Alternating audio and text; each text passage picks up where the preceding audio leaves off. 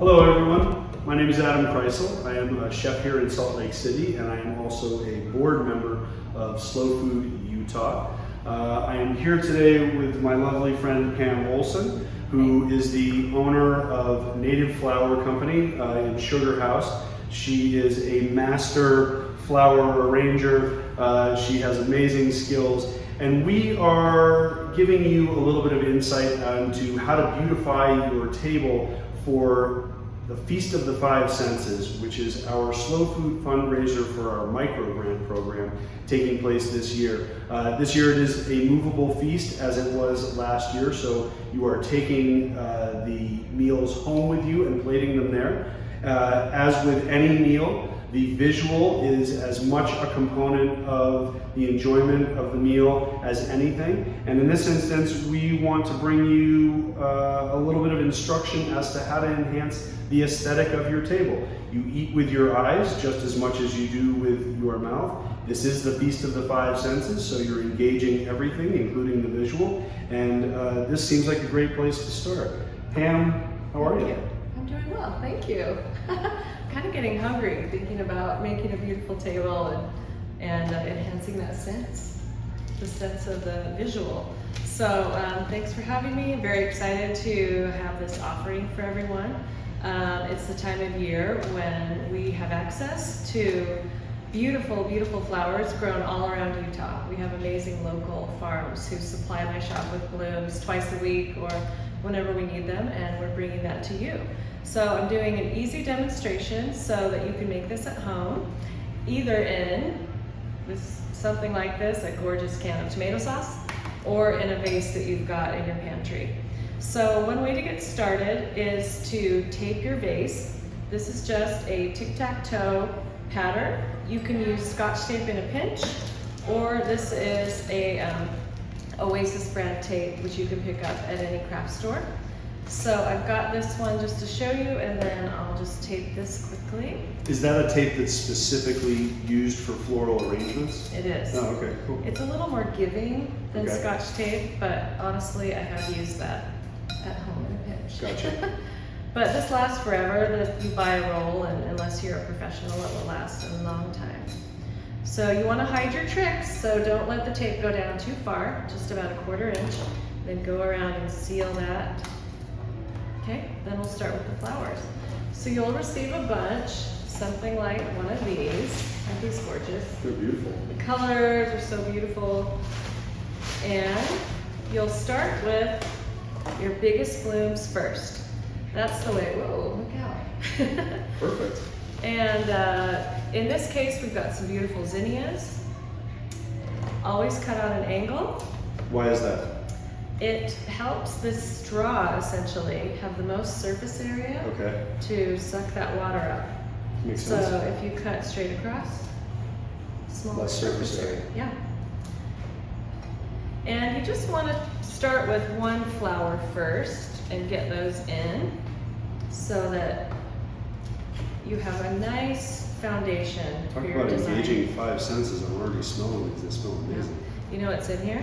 Basil. Perfect. Yeah, ornamental basil.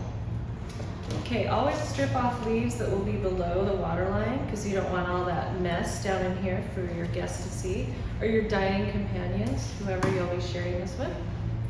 So those are our biggest blooms, and then we move on to our second vase, which is this Queen Anne's lace. Fabulous. You mentioned ornamental basil. This is a non-edible type of basil, or it's just specifically geared to have bigger leaves and a stronger scent? And it's grown so that the blossoms come out. Gotcha. But I think you could still eat it, but don't quote me on that. Okay, so then we have these super fun cosmos. And so we're just going around. I always turn it, step back a little bit, have varying heights because that creates interest for your eye.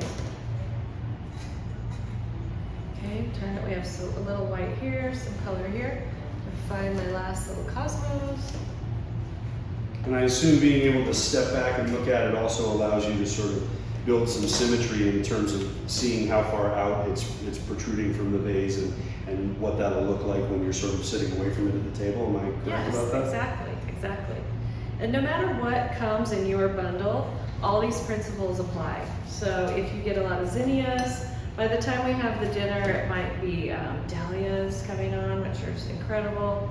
So always start with the biggest ones and then kind of work your way down. And just like you said, varying heights, textures. If you have a long table, you can bring things out a little bit. And while you're doing this, you keep mentioning the flowers that would come in your bundle. Explain to everybody what that looks like in terms of where you can source any flowers that you're using. Can we source them from you? Do we have to go somewhere else? What does that look like? So we have these fantastic bundles of this size available every week at the shop. And if that's not an option for you, you can pick up 3 different varieties of flowers at any grocery store, big box store, or your local florist, and just utilize these same principles.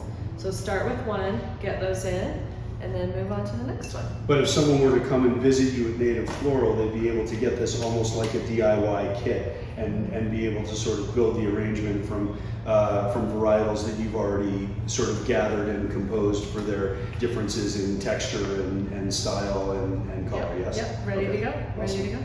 So here's the basil gland. So great. I've also pulled a few other herbs that I'm going to talk about because while I design for color and shape and texture and some variety, I also want to make sure that I have fragrance. So if you get a bundle or some flowers that don't have fragrance, see how that's kind of nicely filling in with our little guys? Then go out in your garden, grab some sage, mint, rosemary, lavender, bay laurel, anything that you've got in your own garden you can pop in at the end to have that fragrance. And if you don't have your own garden, you can tiptoe very quietly and gently and surreptitiously into your neighbor's garden and steal the same, yes? Everyone does it. Fabulous. Foraging for Foraging, florage. yes. So that's about it. We just got a few little pieces here. This is a cute little gomphrena, which grows in Utah, and they're adorable. But you can see everything. Just keep turning it, and then if you've got some of your tape still showing, that's when you want to use your final bits of herbs. Now I've noticed also while you're doing this that you're keeping this at a very particular height. I mean, I see bouquets and arrangements all the time that have gigantic branches and things coming out of them. But I'm assuming you're keeping it at this height because if you're at the dinner table, the last thing you want to be doing is looking through a forest trying to engage with your dinner guests. Is That's that right? right. I have a rule of thumb. You don't want it too much higher than the middle of your palm. But if you have really long arms, then you might want to take it down a little bit. So this is an example of what you can do in any container, and can't wait to see your beautiful tables.